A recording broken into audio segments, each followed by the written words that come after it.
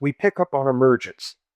Basic idea again is you start in a world of lots and lots of idiotically simplistic little component parts who only have a few rules for interacting with each other.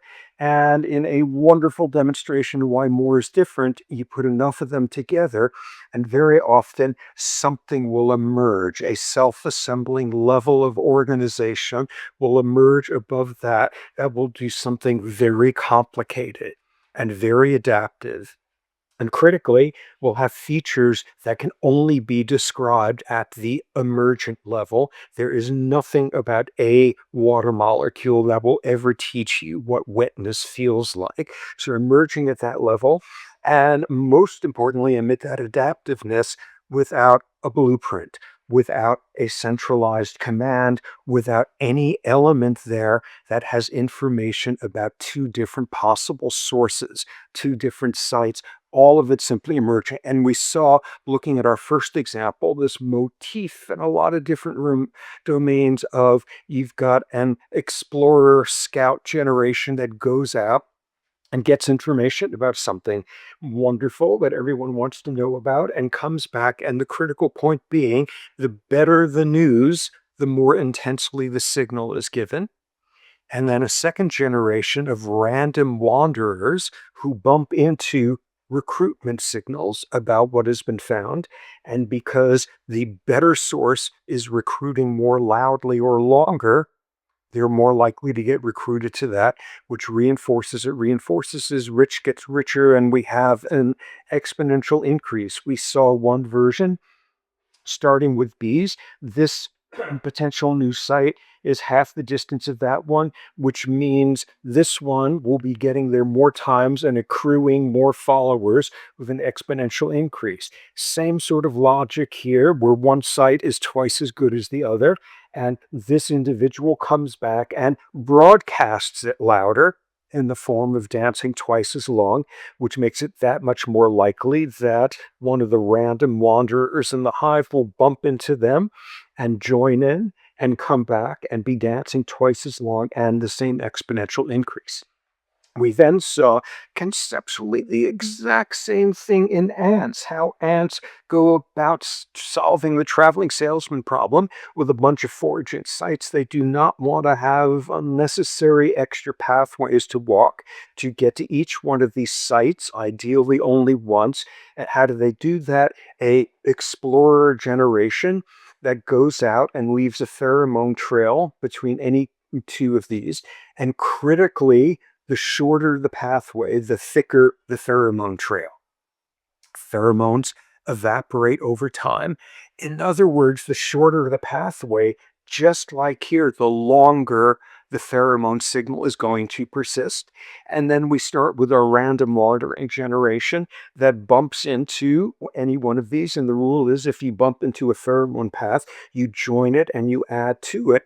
And thus, what emerges is as the shorter paths persist longer, out will come something close to the optimal solution. Totally amazing in that regard.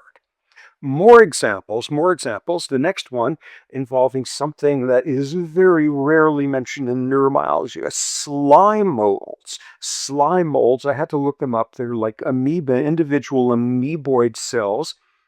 I don't know what an individual amoeboid eats, but at times they all have to join together and form this big social colony, this whole thing where it's a gazillion of these amoeboid cells in there, which form a slime mold colony where they're all held together by bridges between them. And this thing can ooze and ooze around and go and find food sources.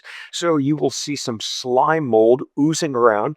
And what people figured out was slime molds are smart. They can solve puzzles. They can solve mazes. As follows, you put in a dollop of slime mold here. You've got a maze. So you plop some of it down there, and here you have something wonderful, not just this magnetic, but apparently oat flakes. Every study feeds the slime molds oat flakes. So here's some irresistible oat flakes, and the slime mold begins to ooze out in all directions. And eventually it fills up all of these pathways. And then you go out for lunch, some oat flakes, and you come back afterward, and you will see there's only a single straight line of slime mold here. How did they do it? Note, in solving this maze, the slime mold avoids the dead end, and it avoids the less efficient route to the same food source. How does this work? With a very simple rule, and it's straight out of this again. We've got randomly spreading out, and now we need to see what the slime mold signal is. As soon as the slime mold bumps into a food source, the cells that are at the front of the slime mold start pulling towards it. Makes sense. Oat flakes pulling ahead, and it takes a form where all of these linkages, these protein linkages between, begin to get parallel, which generates a very strong force of pulling. And thus, the better the food source, the more cells immediately jump into this pattern and start pulling. And now recruitment reinforce, the stronger it pulls, the more of the next cells in line get pulled into this, and the more and the more. And what you see is over the next period of time, this gets retracted down into this. This gets retracted not because there is any amoeboid in there that is saying, whoa, this is such a better path, and that no cell has information about anything more than the path that they have taken. But simply because of this emergent thing, you start pulling towards the food. The better the food, the harder you pull. The harder you pull, the more you recruit more cells to reinforce, to amplify that same pathway. Rich gets richer. And before you know it, the slime mold has solved the maze. This gave rise to one of the all-time great studies in Nature or Science, I can never remember, some years ago.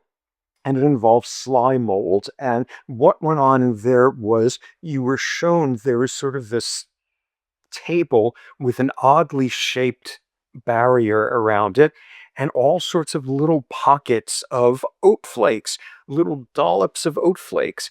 And the researchers plopped down some slime mold in the middle of this. And what they did was go away for a while, and they came back, and what they saw was something resembling ant traveling salesman thing. There was a slime mold pathway connecting every single oat flake to every single oat flake. That's great, but then the slime molds did the same efficiency thing as the ants. You go away for a longer time, and you come back, and there's a highly optimized network of connections, not every single oat flake cluster connecting to every single other one, but instead a fairly optimal pathway. Okay, that's very cool. And then what leaves the crowd cheering, begging for more? It is revealed that these researchers at the University of Tokyo, I believe, this sort of barrier thing is the outline of Tokyo along the ocean, and each oat flake cluster corresponded to a train station in the Tokyo subway system. And what you saw was leave the slime mold in there for a while, and it comes up with something statistically indistinguishable from the optimized route of different subway lines connecting different stations to each other. Oh my God, this is totally amazing. This is totally amazing that you better bet all sorts of urban planners sat around figuring out what's the way to minimize the amount of tunnel we have to build to put this whole system together. And the slime mold solve that with, once again, the same thing, an explorer generation that spreads out everywhere. The better the resource, the more of a recruitment signal, and then random wanderers get pulled into this, rich get richer, and you solve it. So, bees and ants and slime molds and neurons, which is what all of this was heading us to. So we look here at the cortex, the primate cortex. It is magnificent. What you see is it forms a whole bunch of layers, which have not formed yet in this diagram. This is the fetal cortex. And how do you get the structured layers in the cortex, how does it develop? Not just develop, but in the most optimal possible way. What you see is the same exact thing. There is an initial explorer generation, these things called radial glial cells. And what they do is they grow a projection from the core center of what's going to be the cortex to the surface. And what you see is some of those pathways to the surface are more efficient than others, are straight lines, as opposed to these ones meandering all over the place. Some of them more efficiently will connect this region all the way up to the surface there. So we've got more efficient projections from this first generation, less efficient ones. So how do we get the better pathways, give a stronger signal? Very simple. The shorter the path from here to there, the more of an attractant molecule you secrete. The more powerfully you then recruit your next generation, which are baby neurons, which are pulled in by this attractant. The more efficient the pathway to the surface, the more neurons are pulled to it, and then they proceed to climb up here and get up and eventually get to the top and give the same attractant signal, which gets more neurons until eventually you've got these layers here. And what happens at that point is some very cool cell biology gets rid of these unuseful ones and multiply this a gazillion times, and you see what are called cortical mini columns where they are functionally related. How do you pull that off with the same exact motif? The first explorers that have a way of saying, broadcasting, if they've got a more efficient solution to whatever it is, loudly, and that recruits the random wanderer generation so that better sources are more likely for them to join because of stronger signal. And by joining, they give off even more of a recruitment signal, and you get this. And it's reasonable to say, are we looking at intelligence? Are we seeing ant intelligence, bee into slime mold intelligence, neuronal intelligence, not from the whole brain being intelligent, but on this level, should this begin to count as intelligence, as flexible intelligence, when you just see these simple rules playing out? And that, I think, in some ways is a matter of taste. But there is one wonderful quote, Thomas Huxley, famously Darwin's bulldog, who in the 1870s wrote a sentence that I think is just wonderful in terms of how he was getting these principles like a century before any of the building pieces of this were understood. He wrote that when you see biological systems doing amazing stuff, they simulate intelligence like a bee simulates a mathematician. I love that quote. That's a great quote. And what you see is this pathway, all of these examples of what are now called swarm intelligence. And all sorts of roboticists study this and program their robots in problem solving sort of ways that follow this. As I mentioned, telecommunication companies that want to minimize the amount of cable they have to spend to hook things up, run virtual ants and come up with optimal pathways that way. And in the cortex, what you see is you wire up the cortex appropriately while spending the least amount of money on these scaffoldings because it's the straighter, better projections. Okay, so this is totally wonderful.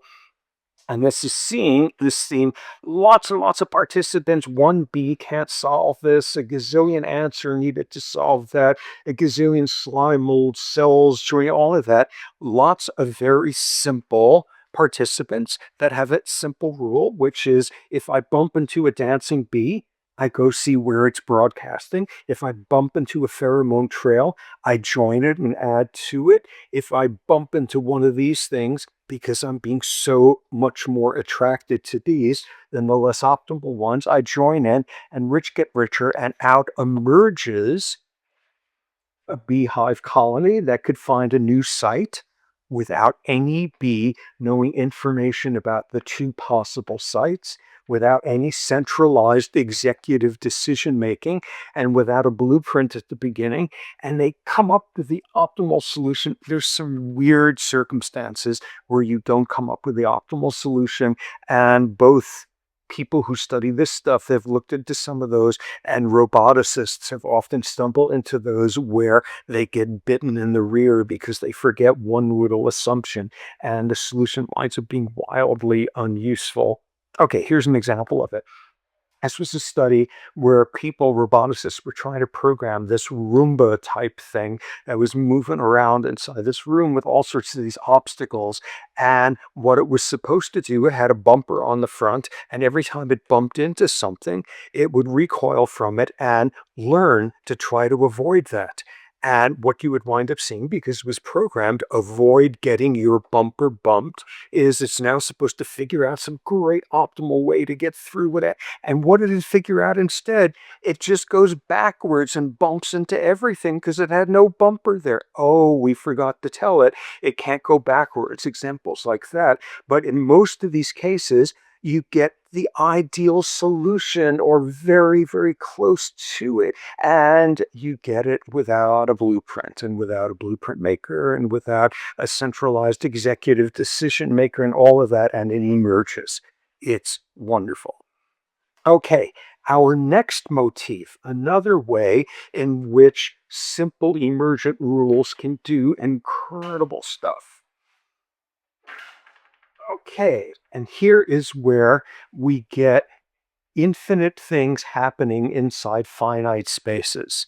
Things which are impossible spatially in normal traditional geometry, but can be solved with what is now called fractal geometry, patterns that are scale free.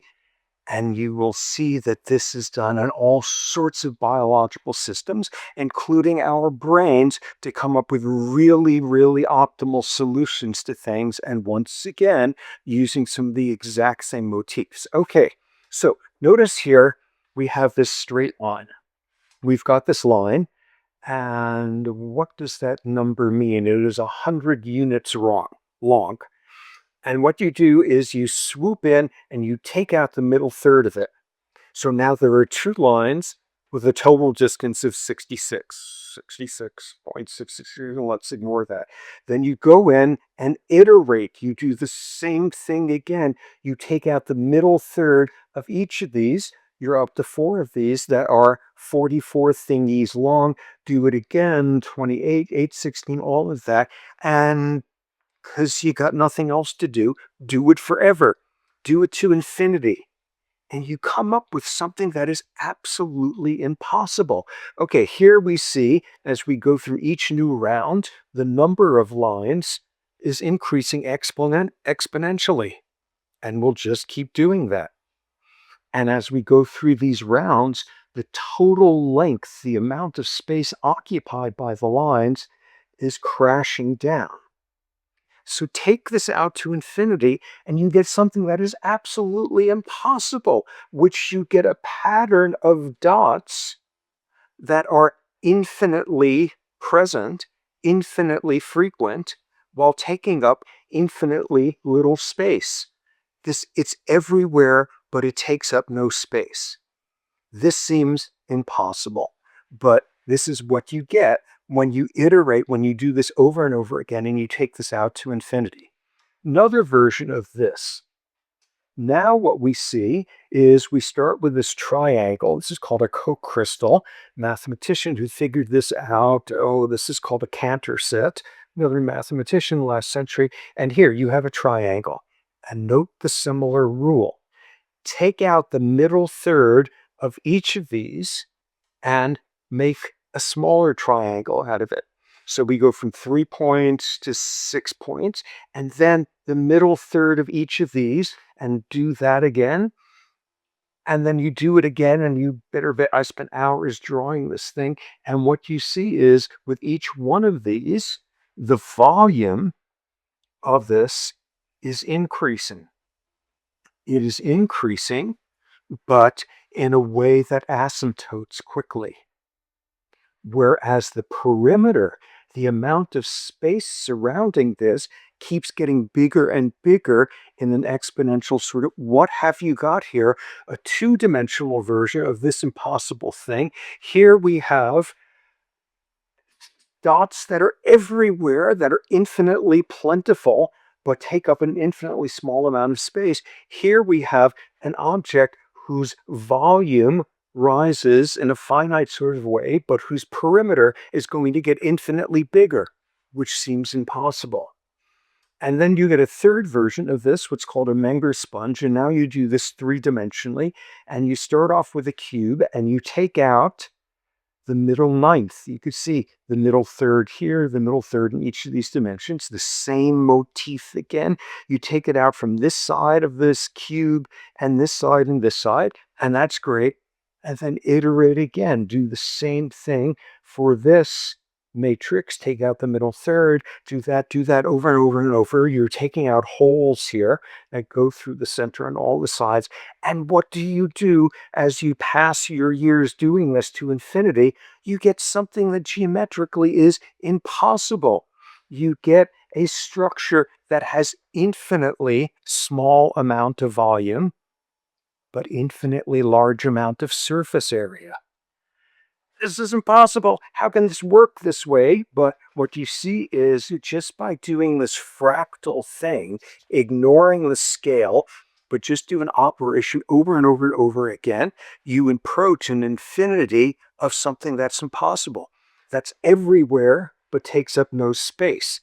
That has a finite volume, but an infinitely long perimeter. Something that takes up no space, but has an infinitely large amount of surface area. So these are all formally impossible until you do this fractal type of thing. So where does this come in to explain the world around us of living things? All sorts of stuff in the biological world has a problem that begins to sound like trying to pack infinity into a finite space. What do I mean by that? Here's something you see. The circulatory system in our bodies is totally amazing. There is no cell in your body that is more than 2 or 3 cells away from a capillary. Whoa, that is incredible. You gotta have blood. There's a blood supply near everything single cell. This is like miles and miles of like vasculature you're going to need. But at the same time, the fact that everybody is within a couple of cells of a capillary, your circulatory system is only 3% of your body weight. Within the confines of reality, that you can't do stuff infinitely with, like us and our bodies and stuff. What have we just seen? A system that is pretty much everywhere. It is everywhere within a couple of cells and approaches taking up zero space. It is exactly this. It is exactly each one of these, which is this solution that, whoa, in principle, oh my God, if every cell in your body has to be nearby a capillary, you're going to devote like half of your body weight to a capillary system, and instead, there's a different sort of solution, which is to bifurcate, to split over and over with a tree branching pattern. To split, to bifurcate, and with each one of these, there's that many more points, each one of which is that much smaller. And this is what your circulatory system does. It comes up with, I quote, I have no idea who measures these sort of things, but I take it on face value. You come up with 48,000 miles of capillaries inside each one of us. Bifurcation. You do something very simple. You split. And then you have two things that are thinner than the original one. And you bifurcate again and again and again, and the exact same thing. And you wind up with a circulatory system that is approximating infinity everywhere while approximating a different infinity, taking up no space in your body. And you see these bifurcating systems all over the place, this tree-like branching in the circulatory system.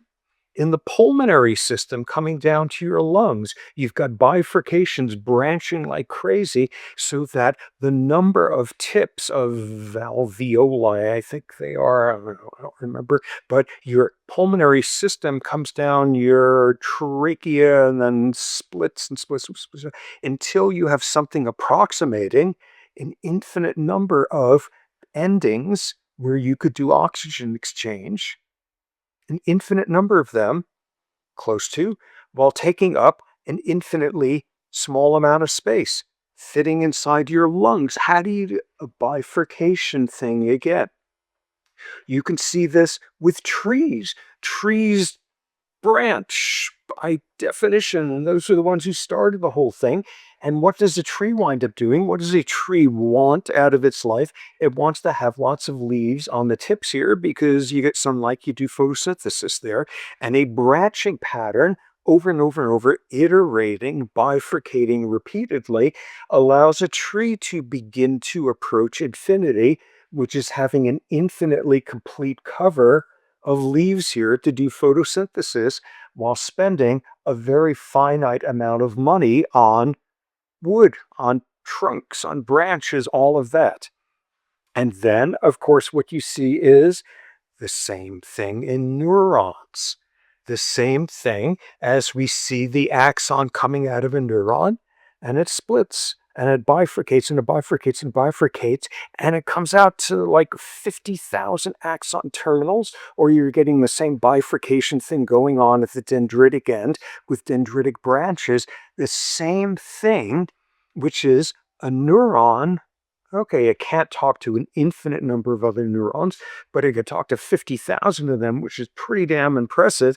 It has an enormous capacity to talk to other component parts while taking up a very small finite amount of space because you got 80 billion other neurons doing the same thing. How do you do it with this repeated scale-free splitting, branching, all of that? And the other thing they solve when you think about it is, if this is a neuron's axon coming out of here, for example, how do you code for this? And you've got one obvious solution, which won't work. How do you code for it in this way? You've got a gene that says right around here, split, and a different gene that says right around here split, and a different gene that says right around here split. And what you see is if any neuron is talking to 50,000 other ones, that means you would need like 49,999 different genes to specify each specific bifurcation event. And we don't have that many genes. We only have about 20,000 or so. And then you'd have to have as many for your capillary system and your pulmonary system. And totally impossible. You cannot code for this in a point-for-point way because you run out of things that can give instructions. There's not enough genes to do it. You've got to come up with something which is scale-free, which is a fractal solution to it. You have to come up with a solution that pays no attention to the scale and instead has some internally consistent properties. Okay, what am I talking about here? Look at this magnificent drawing that I made here. What we have is the trunk of a bifurcating system. It's blood vessels, it's pulmonary whatevers, it's a tree, it's a neuron, whatever. And you see here, it does this, and then it branches, and then it's branching in 3 different colors, and it's great. And you'll notice something that's consistent in here, which is there seems to be a rule. The rule as follows. If this trunk, if this tube, if this lumen, jargon for it, if this tube is X units in diameter, the rule is you grow 4 times that, and then you split.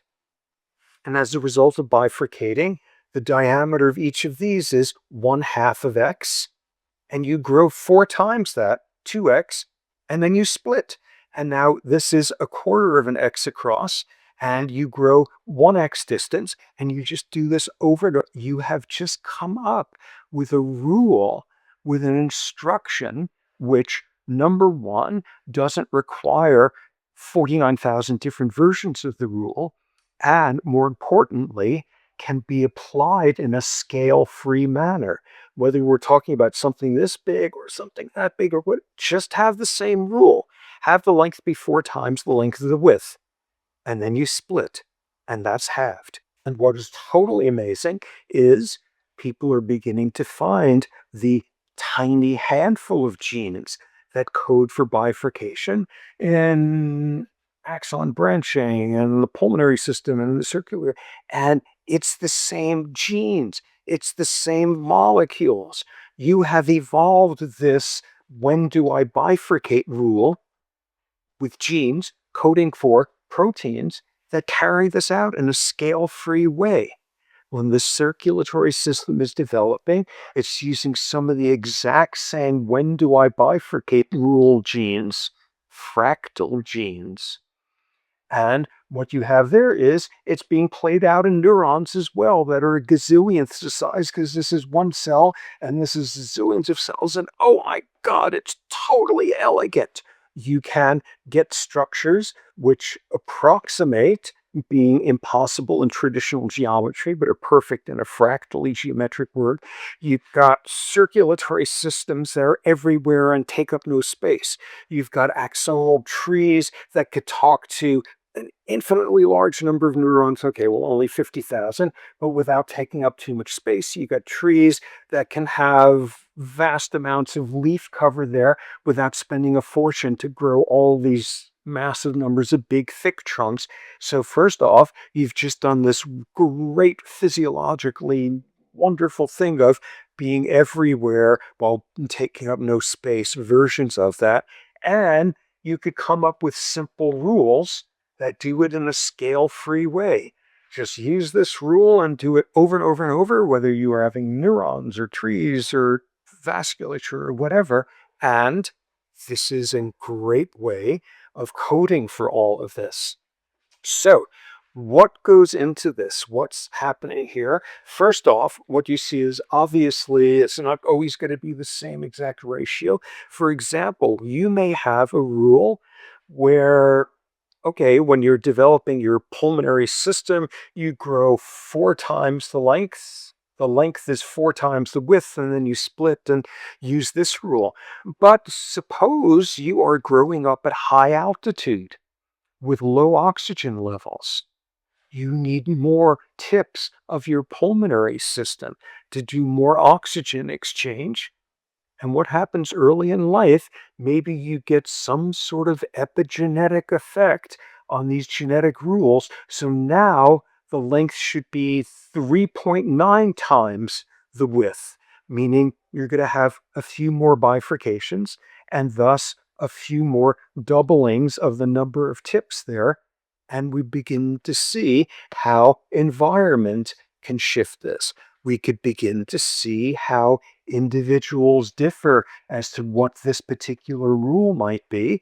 And as a result of your genetic variant, you've got thicker axonal branches. You've got more neurons that you're talking to on the average versus somebody else for the. And we start to see where individual differences come in and where environmental regulation comes in. And all you have to do is do subtle futzing with some of these parameters and just play it out scale after scale after scale. And you get adaptive modification of these branching systems. Now, what that has to raise is this really interesting notion of, well, if we can think of these as being fractal genes, giving instructions that are scale free, can you see fractal mutations? And I think there are some that would actually count for that in very subtle ways. So you've got a membrane of this neuron, this developing neuron, and you've got it in your membrane neuron head that you want to develop a whole axonal branching system. So you've got the 2 layers of the membrane here, and here in red, you've got growth stuff. Growth stuff. I don't know how it works, what kind of proteins it codes for, if it's from genetic. You got growth stuff. And the rule here is this makes this membrane begin to bulge out, begin to form the trunk of the axon. So there's got to be a rule in there, though, which is when it gets to a certain height, ratio of height to width. When it gets to a certain point, you got to get a bifurcation happening. How do you do that in a system like this? Here's what you program. The inner membrane grows a little bit faster than the outer membrane, meaning eventually the inner membrane is going to pinch right in this spot and split the red growth stuff in half. Now, totally wonderfully, what happens is you start growing branches there, which go for half the length because you've got half the growth stuff. And once again, the inner membrane is growing faster so that at some point with a given ratio, they pinch off with the outer membrane and you split this in two. And then you do this and then you do this. And that's exactly how you would do it. You've got some growth factor thingy. And all you need to do is with each bifurcation, there's half of the growth power in it. So you're getting shorter and shorter branches, and you program it by having the inner membrane grow faster than the outer one. So it's going to pinch things off and split things in two at various points. I love this model. It is so elegant. It is so beautiful in that regard in terms of how you can do it. There's a guy at University of Heidelberg named Robin Heisinger who does research on stuff like this, on brain development, and instead of cloning stuff, he's just like that guy Paul Green, who I talked about the other day with potato chips. What he looks at is like, how many rules do you need to come up with an axonal tree? How many rules? How many rules in theory to run systems like these? And what people are beginning to see now is they're identifying the handful of genes, the tiny numbers of them that could generate reiterating systems like this that bifurcate over and over. Genes, for example, that will make the inner layer grow faster than the outer one and guarantee that this is going to happen. And genes, just a handful of them, that are doing the same thing in neurons and in the developing pulmonary system and the circulatory system, because these are not genes for the development of axonal trees. These are not genes for the development of circulatory system. These are genes for bifurcating systems in a scale-free way, which is totally fantastic. I love this. And you run this and you get these almost impossible solutions. You wind up having axons talking to an impossibly large number of other neurons without having to use up too much axonal space. You've got circulatory system that's everywhere while taking up something approximating, taking up no space, and beautiful ways of coding for it in scale-free ways that will work, whether this is a developing tree or a developing neuron or anything in between, scale-free instructions. Okay, so that is great. So this is our world of the power you get from bifurcating, trifurcating, whatever it is. And with the critical component in there is you could see how individual differences in genes will play out in these things. And you can see how environment will play out and be born at high altitude. And you will get an epigenetic something here that will make a bushier pulmonary system so you could do more efficient oxygen exchange. So this is another whole domain. So we've got our first one, which is the ant intelligence, swarm intelligence world of you send out the scout generation, they come back, and the better the thing, the louder you broadcast, and that recruits more in a rich get richer scheme. And now we see how bifurcation systems can do what are almost infinitely impossible, useful things in finite amounts of space, and without having to use your whole genome, instead having scale-free rules that set up systems like these. Now in the handout, there's a picture of a Romanesque cauliflower, which I think even though it looks like a broccoli, it's apparently a cauliflower, and is the coolest thing on earth. And go out and buy one and immediately give up on any plans of eating it because you just want to look at its rich complexity of fractal, whatever that it is, bifurcating over and over and over. And people have now isolated two genes in this plant that generates the bifurcation pattern in a scale-free way. And where we can appreciate this is by looking at urban planning. So you're building a model town, and you and your whole committee of urban planners, you're meeting every other week for years and you're designing stuff. And finally, you get around to the point of deciding where are we going to put the stores, where we could put the stores in this new town. And somebody comes up with a completely useless recommendation that, oh, let's just scatter them randomly all over the place. Oh, that's not going to work because when people go out shopping to a store, they want it near other stores so they can be more efficient. You can't just scatter it. So the person chasing goes away and comes back the next week and says, aha, okay, I've got the solution. In the center of the town, there's going to be this one mega shopping center with every single store in the town right there. And they say, that's great. We've just solved the problem of things being randomly scattered. Oh, they're more efficiently located. But we got a problem, which this is going to make such a dense clot of storeness going on there that not only are we going to have terrible problems with parking spaces because of the perimeter issue, but the stores in the very center are going to suffocate. They're going to be so far in and it's so inconvenient to get through all the other stores that they're going to get no business. They're going to go out of business. Okay, you can't do that. You can't have all. So the person goes away chastened and comes back the next week and says, okay, here's what I've come up with again. Instead of a gazillion randomly distributed stores or all of them, here's 6 different shopping centers. And people say, whoa, okay, now we're getting somewhere, until somebody notices something that is a bit challenging, which is, okay, you've got 6 of these different shopping centers, and collectively the town has 12 coffee shops. And the planner has stuck all 12 of them in this one cluster, and the other 5 have none. Okay, that isn't going to work. You can't just now decentralize and have a bunch of, you got to pay attention to the distribution of specialized stores within each clump. You want to pay attention to the ratios so that every one of these is going to have at least 1 or 2 coffee shops. And every one of this, you've got to start paying attention to the ratios of the constituent parts. So the person goes away and comes back and has figured this out.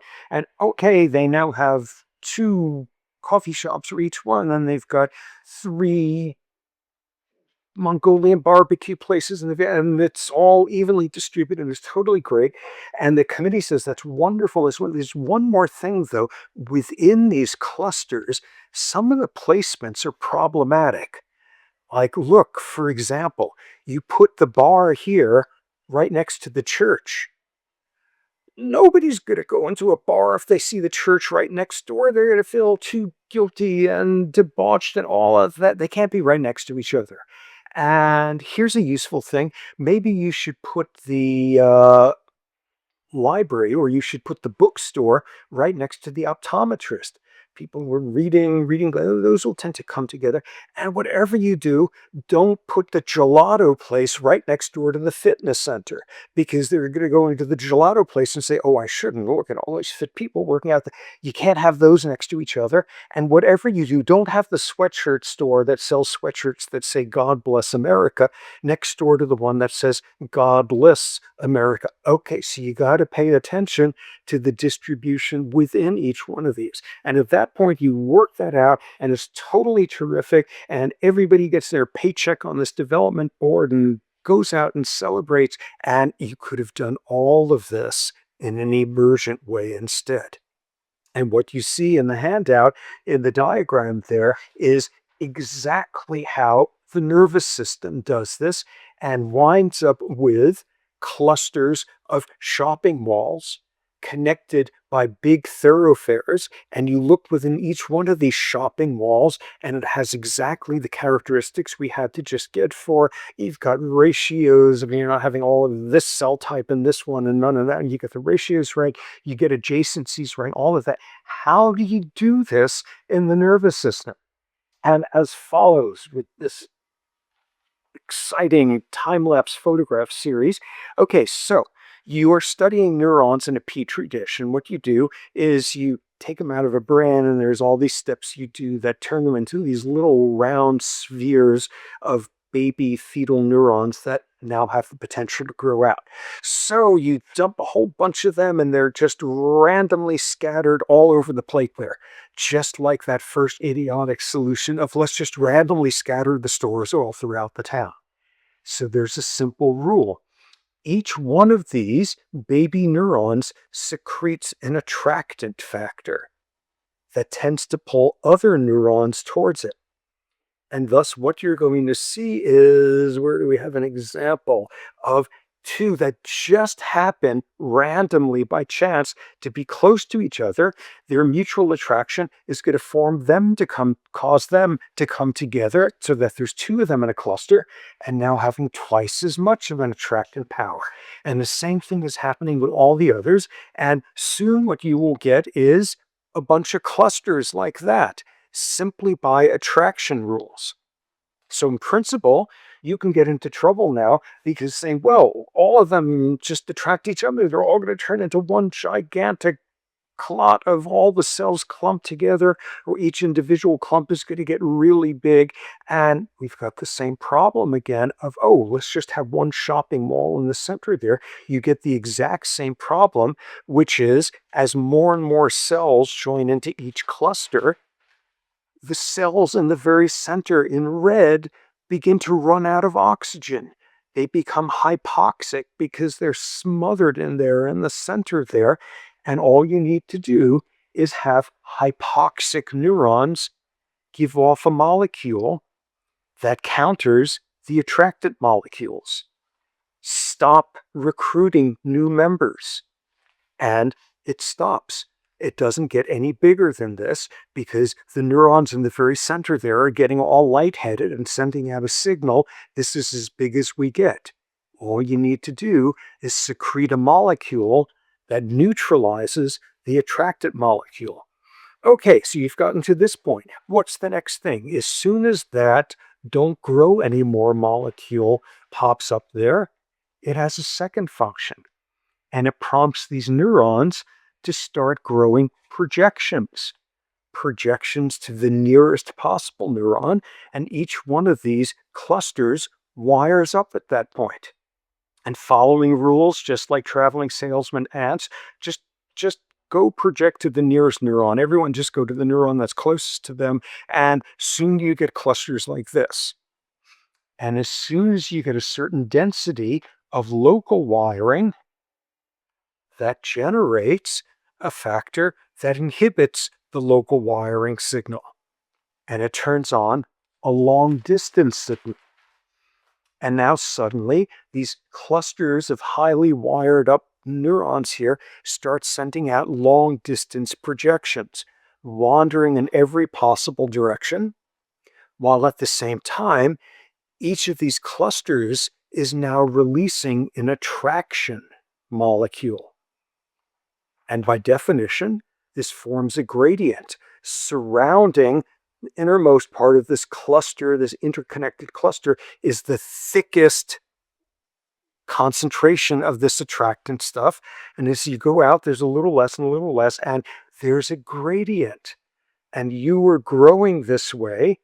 You are set up so you pay no attention to your own gradient, but you catch the first hint of one of those and you grow towards it. And then there's an even stronger signal and a stronger signal, and you begin to wire up. And the ones that are heading off in some completely pointless direction get trimmed off for lack of connectedness. And you wind up with like an urban planning with different shopping malls here and major thoroughfares connecting them. And all you started off with was a whole bunch of simple little baby neurons with no projections yet, none of whom knew the other. They're all strangers, very simple rules, and you throw them together and you come back a while later and they have come up with a optimization of clustering of function, connecting with the shortest possible amount of money spent on axons. You were doing a traveling salesman solution. So you're doing that. That winds up doing that for you. And what you've done this with is now our third motif. The first one founder generation, broadcast louder for better things, wandering second gen. Our next motif, the scale-free bifurcation wave, coming up with almost impossibly efficient things in finite spaces. The third motif now that we've just seen in making this little town without urban planners, setting up neuronal cluster nuclei, the starts of nuclei and projections between different parts of the brain, setting it up with simple rules of attraction signals and repulsion signals. Attraction signals, pulling them together in the first place. Repulsion signals, once this close cluster gets wired up with each other, it starts making a repulsant signal so that any new axon starting to grow here is repulsed and instead grows out in this direction. Just switching between positive attraction charges and negative repulsion charges, you get all sorts of optimized solutions coming out with this. And this is the whole world of like positively or negatively charged molecules finding the least energetically demanding conformation.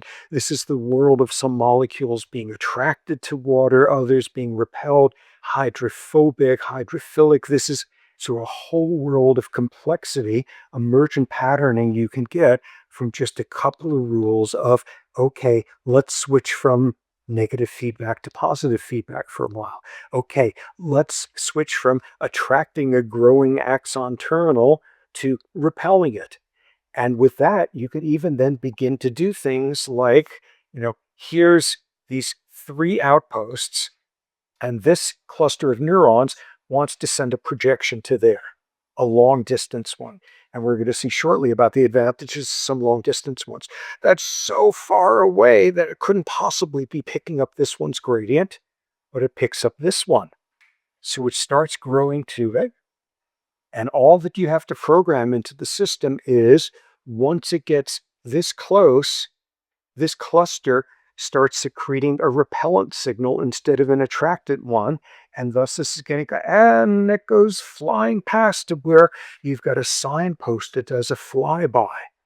And that turns out to be this other motif going on there, which as it gets close, if you want it to pass you, you suddenly switch from attractant to repellent. This is some of the classic work, the actual molecular and biochemical work done early in his career by Marc Tessier-Levine, looking at how you wire up nervous systems with attractant signals and repellent signals, and you just get a small number of them, and then suddenly you get things that are as adaptively wired up as something a whole like bunch of urban planners could come up with over a year's worth of meetings. So here, you are living under in a very strange circumstance. You are living in a town alongside a river.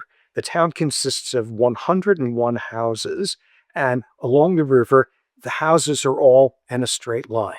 House number 1 all the way to house number 101, and this is the village you're living in. You happen to live in house number 1. And you have a choice. Which of your neighbors do you interact with? Starting with house number 1 right next to you, all the way out to house number 100, the furthest away. Which neighbors do you interact with? And there are a whole bunch of different ways of solutions to come up with. You could come up with a rule that you only interact with your closest neighbor, or you only interact with your furthest neighbor, or you scatter it randomly, or you interact with every neighbor the same amount, or you come up with a normal distribution of interactions where you're doing the most frequent with number 50 and less so in either direction. But then there's another possible way to distribute your interactions, which produces a curve like this. It actually doesn't go past because there's only 100 houses, but I got overly enthusiastic with the marker.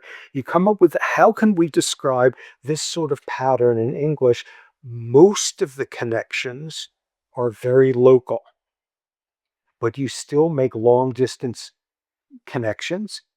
But the further away it is, the rarer the interaction.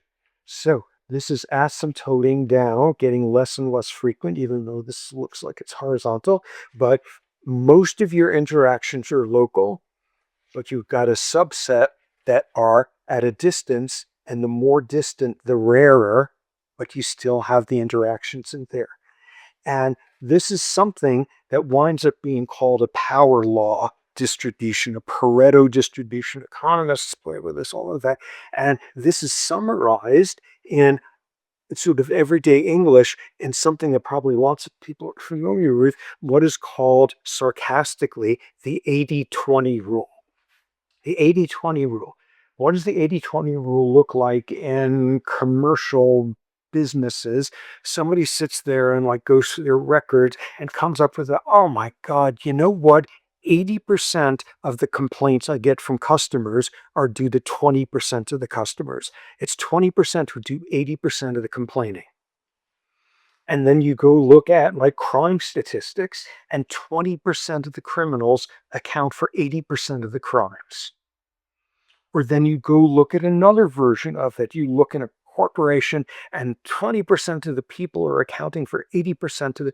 It's not always 80-20, but you're seeing a way of saying a small subset is accounting for the majority of what's going on.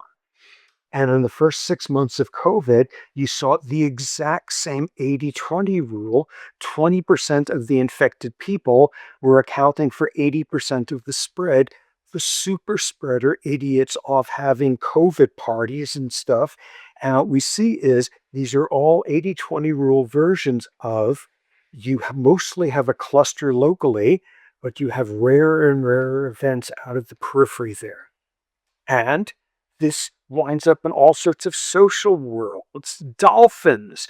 Dolphins, you've got groups of dolphins that have families, and you look at interactions within families. How often is a dolphin interacting with a close relative versus an unrelated dolphin? And about 80% of the interactions are within the family, 20% are outside. You do this crazy type of study on a certain type of predatory fish, and you look at how it goes about hunting. And it starts in this spot, and it goes and looks for something there. And if it doesn't find something, it looks for something somewhere else. And then it goes and looks at, and you measure the length of each one of these, and you see something approximating an 80-20 distribution. 80% of the forays, 80% of the journeys are about 20% of the maximum length that you ever go. Same thing. And you see that that can shift into one very interesting circumstance we won't get into. Wow, that's amazing. Now, look at immune cells. Look at immune cells in your nervous system that go searching for invasive pathogens. And immune cells, microglia on the surface of your brain, go explore here to see if there's anything pathogenic. And then they explore here and there. How far do they go hunting before they go for a new hunting target? Again, a power law distribution. About 80% of the hunts by these immune cells are within about 20% of the maximal distance they can go. People argue about whether power laws emerge with some sort of inevitability. Probably not, because you don't see this distribution in all sorts of complicated systems, but you see it instead suggesting there's selection for it. There's something adaptive about a distribution like this. So let's see what might be adaptive about it in the nervous system. We go to the cortex, and you've got the left hemisphere cortex and the right hemisphere and all of that, and a gazillion neurons in there, and each neuron has to make a decision. How long of a projection is it going to send out to hook up with another neuron? A bifurcation type thing. Is it going to have mostly local connections, dramatically breaking this back in? Is it going to have mostly little local connections within here? Is it going to have long distance connections?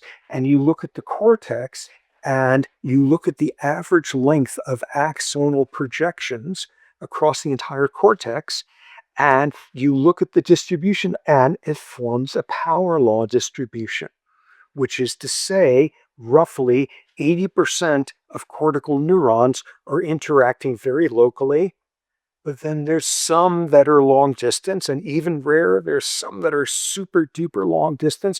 One of the most long distance projections you could get from a cortical neuron, you got a neuron sitting here, which sends a projection to the other hemisphere across this band of axons connecting the two hemispheres called the corpus callosum. They're sending super long projections. There's not that many neurons doing that. 80% of the interactions, the projections, are within about 20% of the distance of the maximal projection you will ever see. Again, it's not exactly 80-20, but something emerges with a power law distribution like that. So why is that any good? What's adaptive about that? And this is where network scientists step in, and what they show is power law distributions have a number of really useful traits in networks. Most of your interactions are local with like-minded other nodes in the network, with like-minded other neurons that are in the same subpart of the cortex. What does having mostly clusters of local interactions do? You're spending most of your time with like-minded neurons with the same specializations, solving very familiar problems that come up. The ones that are familiar and easy, and this is what we do all the time, and we've got worked out exactly how to do this effectively. Why have so many connections there locally, 80%? You see another advantage of it. Some of these neurons get killed by an accident and there's enough other connections still remaining there that you could still efficiently do your most common tasks. In other words, it's a cluster that is robust. It is resilient in the face of injury that may wipe out this or that neuron there. And that's perfect. And that's a way that you can solve most of your challenges, the ones that come along most frequently, the familiar ones with you and your team, and you all got the same secret handshake. And if a couple of people drop out, it's not a big deal. And then every now and then comes along a problem that you, this like-minded little cluster there, haven't a clue how to solve because you've never seen this problem before. And that's where you better pray that you've got some of these long distance projections to hook you up with other clusters and innovate. So you see these highly specialized clusters that are ideal for solving familiar problems and withstanding injury. And then you have long distance projections that are ideal for tapping into generalists who come up with completely different solutions because, whoa, I never thought of it that way when coming up trying to solve a novel challenge. And what a power law distribution does in the cortex, as it turns out, is it optimizes it. This roughly 80-20 distribution is one that is most resistant to local injury and most supportive of local interactions, while at the same time being able to achieve the frequency of long projections needed to solve some novel problems. And you see exactly that. You take any given nucleus, cluster of neurons inside the cortex, and what's the average distance of all the projections come, and the very rare long one talking to the other side. And this is one that optimizes problem solving between the familiar everyday and the rare novel ones. And the cortex is brilliant at this. And you'll notice with this carefully calibrated diagram, this one, there's a thicker clustering of local projections than in this one. And this is drawn to be thinner than this, and you've got more local. So instead of 80-20, you got 81-19, you got 85-15, you got 90-10 or whatever. You've got a tendency towards more local clustering.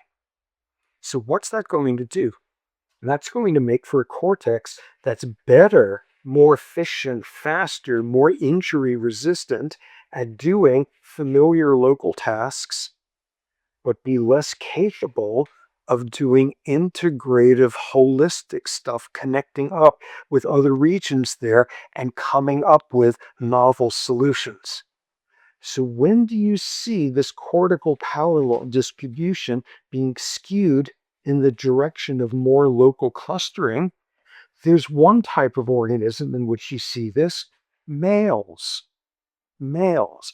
In males, the distribution of cortical projections is skewed to the left, more local clustering.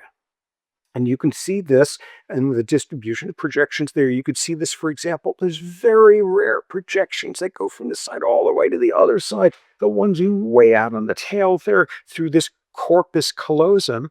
On the average, the corpus callosum is thinner in males than females. There's less long distance projection stuff integrating for novel problem holistics. And what do you see? You see enhanced ability to do isolated pockets of expertise, but less ability to integrate those. And you do a whole world of sex differences in neuropsychology, and that's precisely it. Males are better at local analytical problems on the average once you control for culture. Females are better at integrative, holistic, transactional interactions within the cortex. So you see a sex difference there. There's something with hormones, with which chromosomes, sex chromosomes you have, whatever, that will subtly change some ratio rule so that this is the female profile, this is the male profile. On the average, you can't sex somebody by seeing what their power law distribution is like in their cortex, but on the average, males tend more towards local clustering of islands, isolated islands of optimized function that have less interconnections with other islands. And people have even shown testosterone has something to do with this. There's another population of humans where you also see a leftward skew producing the same thing. And this is people, independent of what their sex is, people with autism spectrum disorder, people on the spectrum. And what you see, there's stuff with vasopressin, there's stuff with socialization, there's stuff with sensory processing, all of that. There's a skew towards more local cortical projections, making for more intensely clustered little pockets of function that are more isolated from other ones that can do less integration across different clusters. And what that is about, what the biology is in females versus males, in ASD people versus neurotypicals, what the biology of that is, people are just beginning to sort out.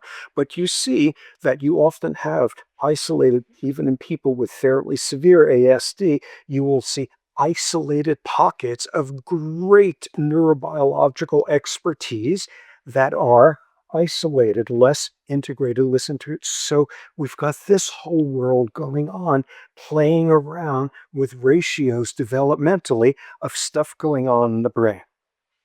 Okay, so we now push on last two domains of emergent stuff, and I put them in because they're just so super duper amazing. I can't resist it. The very first one. Okay, here. Do the following experiment.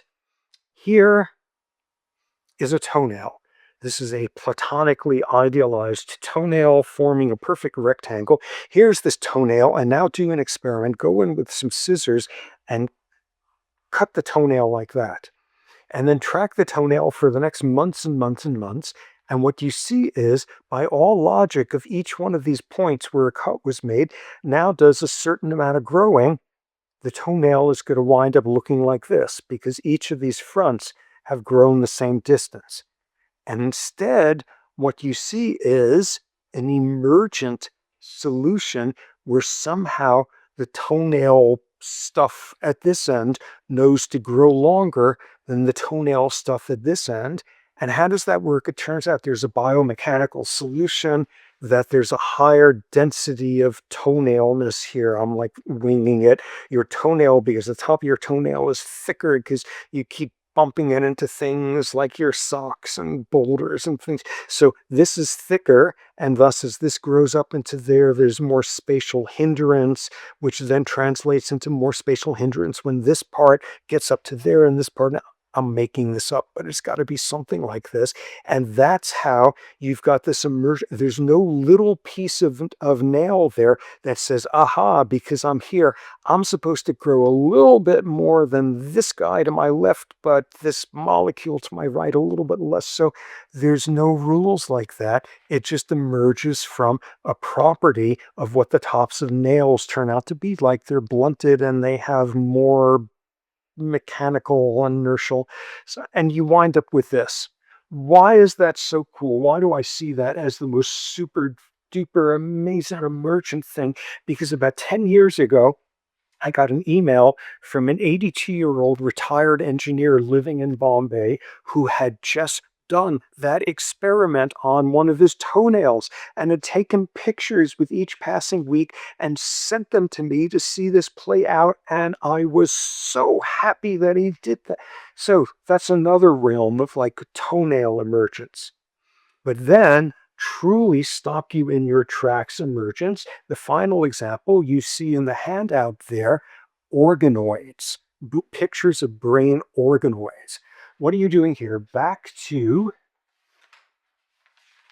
you get a whole bunch of little baby neurons without connections yet, and you just throw them onto a plate, a petri dish, a carpet, and they form a carpet, and then they start doing that whole thing so that before you know it, you've got this coming out the other end.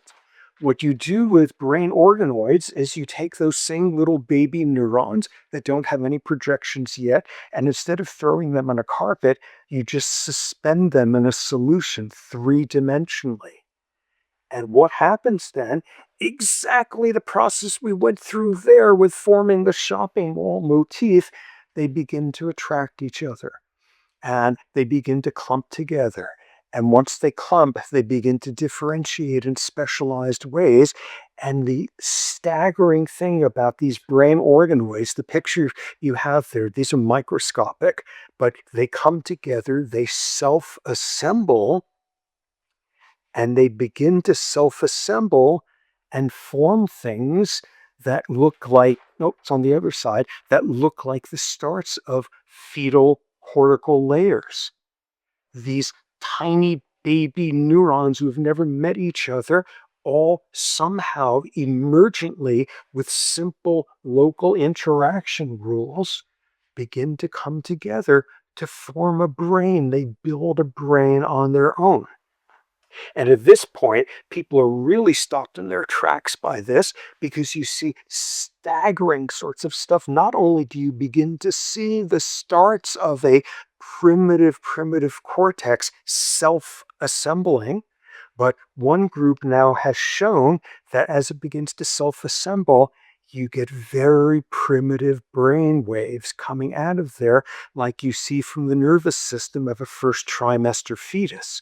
And people are now futzing around doing things like make these brain organoids, but stick in a Neanderthal gene and see what happens. Or hook up your organoid to a muscle organoid and see if they can direct each other to contract on commands from this, or stick it up to a robot. And amazing. And oh my God, are we making like mini consciousness there? The consensus in the field is this is so far away from anything that would resemble that, but nonetheless, there are already bioethics panels that are beginning to figure out how would we know if there's a brain organoid that eventually has become conscious. Whoa, think about that tonight. But most amazingly for our purposes is three-dimensional self-organization encompassing every one of these rules and motifs here that we've had, beginning to build a functional brain all on its own. Okay, so how do we begin to make sense of all of this? First off, how do we make sense of it as applies to us as a species? There's something very challenging in making sense of why our brains are so special, because the building parts are not so special. You look at a neuron from a fruit fly and you look at one from us, it's all got cell bodies and they both have axons and they both have action potentials and they both have like virtually all the same genes coding for how you do action potentials and they're exactly the same. And makes us different from Drosophila, it sure isn't that we have individual neurons that are fancier, that are releasing neurotransmitters that you never see in fruit flies, all of that. We've got the same idiotic, simple, local component parts with just a relatively small number of how you interact with 50,000 of the 80 billion in there. It's just you do it and you suddenly get human stuff coming out that you couldn't get out of a fruit fly with 100,000 neurons, and we've got 80 billion. So now we see another version of the same punchline. Back when people got the human genome, when all of you were just zygotes or something, and shortly after that, people got the chimp genome. And for decades, we knew sort of the dogma, chimps and humans share 98% of their DNA. Back to our molecular lectures, how that's calculated. But now, finally, we could find out what's the 2% of DNA that's different between humans and chimps, because that's going to explain everything. And people went and studied that, and it was this vast disappointment. Half of the genes that differed coded for olfactory receptors, and chimps had a better sense of smell than we do. Whoa, that's not very interesting. Then you look and like half of the remaining ones had to do with like immune function, and the other half have to do with like whether you grow hair on your shoulders or not. And there was just a handful of genes that were specific to the brain. How could that be? And people went and explored, and what those very small number of genes tend to be about is how many rounds of cell division stem cells go on in the fetal brain in making new neurons before they stop. How many rounds of an exponential doubling, how many bifurcations, and the gene versions we have push for a few more rounds of doublings than chimp brains do. What has that just told us? A very simple rule. How many rounds of bifurcations do you make? And if the rule is you got 3 or 4 more doublings in the human brain than the chimp brain, that's why it's like 3, 4 times bigger. And then you suddenly realize what makes human brains is just emergent stuff. If you got a developing chimp brain to go 3, 4 more rounds of cell division, the chimp brain would be like us. It would be a brain which would have emerging properties like being able to invent theology and aesthetics and philosophy and economic systems and who knows what. Theology for a 8 times larger than normal chimp brain, I will bet, will look very different than the emergent property of theological belief humans have come up with. What is it between us and them? We've got more is different going for us than chimps do. And just if you had chimps go through a few more rounds of bifurcations, the chimps would be like humans. Okay, so what have we been learning from all of this? We've got, the broad lessons of emergent systems, that you could get these complex adaptive things with properties that can only be described at the emergent level, wetness at the emergent level, theology at the emergent level, all of that from very simple component parts that would be doing the same thing in us as in a fruit fly brain. And you get all of this adaptive complex stuff going on without blueprints. What are some of the larger lessons out of this? Out of this, both emergence and chaos and the failure of reductionism. Please go read the chaos chapter. What we see repeatedly is this theme of more is different. With enough quantity, you invent quality that was not there before. With enough chimp neurons that are divided a bunch more times, you get chimp brains that are going to invent musical theater or who knows what. You're going, with enough quantity, you invent quality. The key building blocks in any of these really fancy adaptive emergent systems is the building blocks don't have to be fancy themselves. They can be idiotically simple, and when something amazing like a brain forms, They're just as idiotically simple as they were when they were one little fetal neuron at a time. It's no more fancy, just had many simple components with just a few rules for interacting with the neighbors. And recall, of all the different algorithms people sent in for how would you optimize your prisoner's dilemma play, all of that, it was the simplest set of rules that outcompeted everyone else, tit for tat. It had the fewest number of rules, and that is one where it would have lost any given battle, but with enough iterations, with enough more is different, it emerges as the most optimal solution. You see the importance of something that we normally disdain in biological systems and think is just like so messy and noisy, which is randomness. All of those emergent ones require a first scout generation, but it then requires a second generation doing random stuff. Gradients of attraction and repelling are really important. Have lots of local connections, but don't forget the global ones because you want to get an optimal balance between solving the familiar easily and then having a prayer of coming up with a novel solution for something never seen before. And you want to get the optimal balance of that. Somewhere coming out of this is the notion that normal is just a statistically emergent property. There is no person who has a normal level of height or intelligence or beauty or affability or any. Normal is just an emergent. Normal is imaginary. Every one of us is discrepant from the norm, no matter how cool the cool kids are seemingly right in there. All of us are discrepant. Normal is an emergent invention. Almost at the end here, what we see, especially with long distance projections within our specialized world, and all of you, I suspect, having many pathways after Stanford that would send you down some very, very specialized routes so that 20 years later, you're one of Earth's 6 experts on something or other. Amid that, generalists are critical to these emergent systems being adaptive. Finally, all of the stuff you can have organized, adaptive, successful, wonderfully ornate things being pulled off, and they can all be bottom up. You don't need blueprints.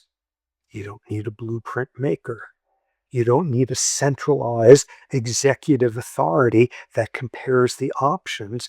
Bottom up stuff, which is why whether you are looking at sort of bottom up in terms of wiring rules or more is different, bottom up enough like stomped on like poor peasants or whatever who finally do a bottom up thing, they are going to topple the executive up on top every single time. Decentralized upward without a blueprint and without a blueprint maker. Okay, so this officially brings us to the end of part 1 of the course. And starting on Monday, we will start with our specific behaviors, looking at it from neuro, from endocrine, from environment, from all of that, looking at where some of the emergent stuff is going on that cuts across them, starting on Monday with sexual behavior and affiliative behavior.